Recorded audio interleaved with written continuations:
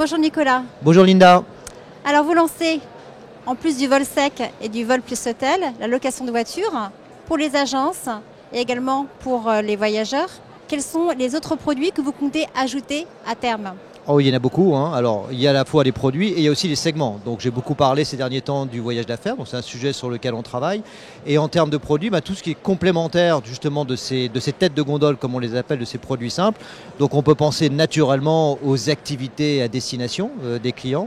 Est une brique qui nous intéresse, que l'on propose déjà à nos clients en package, mais qu'on aimerait bien pouvoir étendre aux agences de voyage pour qu'elles puissent elles-mêmes composer leur circuit et leur tour qu'elles assemblent elles-mêmes pour le compte de leurs clients. Cela pourrait-il passer par une acquisition ? Alors, chez Mr Fly, une stratégie qui est radicalement opposée à celle qu'on avait appliquée avec Carlos par le passé, c'est la croissance externe. Oui, clairement, ces acquisitions qui sont dans des environnements et des segments très différents des autres, sur lesquels on n'a pas de compétences et de légitimité, passeront par les acquisitions. Autrement dit, êtes-vous sur le point de racheter une entreprise spécialisée dans les activités ? Non, on a d'autres projets prioritaires, parce qu'on a beaucoup de segments ou de lignes de produits qu'on aime bien adresser, ou de géographie. On n'a pas de process en cours spécifiquement là-dessus. Alors tu parlais de croissance externe. Êtes-vous justement sur le point de racheter une entreprise en France ou à l'étranger ?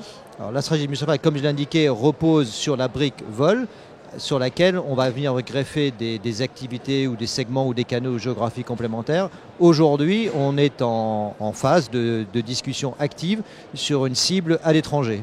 Quelle part des ventes représente le vol sec aujourd'hui ? Alors, le vol, après 3 ans, est tombé à 70% du chiffre d'affaires et à 60% des bookings. En fait, on a l'activité hôtel étant extrêmement forte chez nous. Le panier moyen, évidemment, est plus faible. C'est pour ça qu'on aime bien raisonner en termes de poids d'activité par le poids de la répartition des bookings. Et les bookings non-vol représentent 40% de l'activité de Mr Fly après seulement 3 ans. En 2017, Mr Fly a réalisé 231 millions de chiffre d'affaires. Oui. Qu'en sera-t-il en 2018 ? Alors notre objectif est dans une fourchette entre 345 et 355 millions d'euros de volume d'affaires.